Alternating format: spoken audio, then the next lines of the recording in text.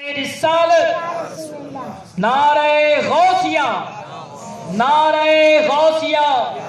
ماشاءاللہ یہ نواسہ خطیب البراہین حضرت علامہ مولانا صوفی نظام الدین صاحب رحمۃ اللہ علیہ کے نواسے ہیں ماشاءاللہ۔ تو کچھ ملفوظات سے نوازیں گے غوث پاک رضی اللہ عنہ غالباً سیرت پر ہی کچھ ہے، آئیے سنتے ہیں۔ صلو علی الحبیب۔ السلام علیکم ورحمۃ اللہ وبرکاتہ۔ الحمد للہ رب العالمین والعاقبۃ للمتقین، الصلاۃ والسلام علیک یا سید المرسلین، اما بعد فاعوذ باللہ من الشیطان الرجیم، بسم اللہ الرحمن الرحیم۔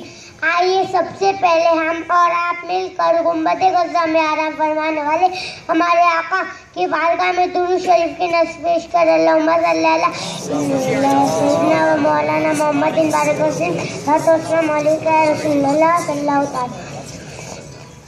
ہمارا اعلیٰ حضرت عظیم البرکت مجدد دینوں ملت ارشاد فرماتے ہیں، وہ کیا مرتبہ ہے غور سے بالا تیرا، اونچے اونچوں کے سروں سے قدم اعلیٰ تیرا، سر بلا کیا کوئی جانے کی ہے کیسا تیرا، اولیاء ملتے ہیں آخر وہ ہے طلوہ تیرا۔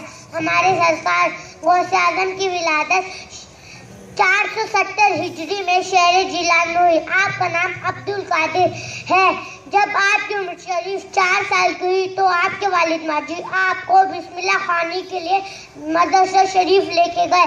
استاد نے کہا بیٹا عبد القادر بسم اللہ الرحمن الرحیم پڑھو۔ ہمارے سرکار غوث اعظم نے بسم اللہ الرحمن الرحیم پڑھنے کے بعد 18 پارے زبانی سنا دیا۔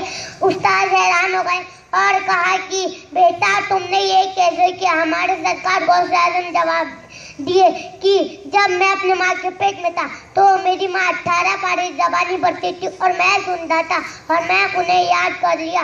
ایک دن ہمارے سرکار غوث اعظم علم دین حاصل کرنے کے لیے بغداد شریف جا رہے تھے۔ جب وہ اپنی والدہ سے اجازت لینے کے لیے گئے تو ان کی والدہ نے 40 اشرفی ان کی گودری میں سل دی اور کہا بیٹا کوئی مصیبت آئے لیکن تم جھوٹ نہیں بولے۔ جب ہمارے سرکار بغداد شریف جانے کے لیے نکلے تو راستے میں ڈاکوؤں نے قافلے کو لوٹ لیا تھا۔ اس ڈاکو میں سے ایک ڈاکو ہمارے سرکار غوث اعظم کے پاس آیا اور کہا کہ اے بچے تمہارے پاس کیا ہے؟ ہمارے سرکار غوث اعظم نے کہا کہ میرے پاس 40 اشرفی۔ وہ ڈاکو کو مذاق لگا، وہ اپنے سردار کے پاس گیا اور کہا کہ سردار جس قافلے کو ہم نے لوٹا ہے اس قافلے میں سے ایک بچہ کہہ رہا ہے کہ میرے پاس 40 اشرفی ہے۔ جب ڈاکو کا سردار ہمارے سرکار غوث اعظم کے پاس آیا اور کہا کہ اے بچے تمہارے پاس کیا ہے؟ ہمارے سرکار غوث اعظم نے جواب دیا کہ میرے پاس 40 اشرفی۔ ڈاکو کے سردار نے کہا کہ بتاؤ۔ ہمارے سرکار غوث اعظم نے کہا کہ جب میں اپنی والدہ سے جانے کے لیے اجازت لے رہا تھا تو میری والدہ نے 40 اشرفی میرے گودری میں سل دیا۔ جب ڈاکو کے سردار نے گودری کو کھولا تو دیکھا کہ وہاں 40 اشرفی موجود ہے۔ ڈاکو کے سردار نے کہا کہ بچے لوگ ہم سے اپنا مال چھپاتے ہیں لیکن تم نے کیوں نہیں چھپایا؟ ہمارے سرکار غوث اعظم جواب دیتے ہیں کہ جب میں اپنے والدہ سے اجازت لینے کے بعد جا رہا تھا تو میری والدہ نے کہا کہ بیٹا کوئی بھی مجھ سے بتائے لیکن تم جھوٹ نہیں بولا۔ یہ سن کر ڈاکو کے سردار نے کہا کہ ہم تو اپنے اللہ سے توبہ کرتے ہیں لیکن پھر وہی کام کرتا ہے۔ آج سے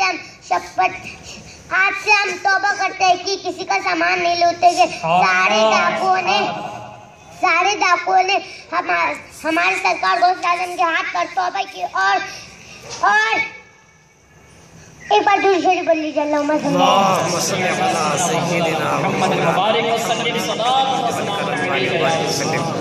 صلاۃ و سلام علیہ۔ اور سب سلسلے قادریہ میں اکٹھا ہوئے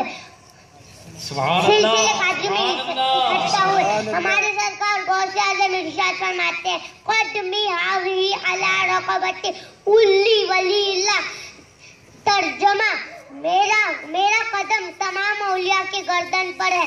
جب یہ ارشاد فرمایا تو تمام اولیاء نے اپنا گردن جھکا دیا۔ تبھی خواجہ غریب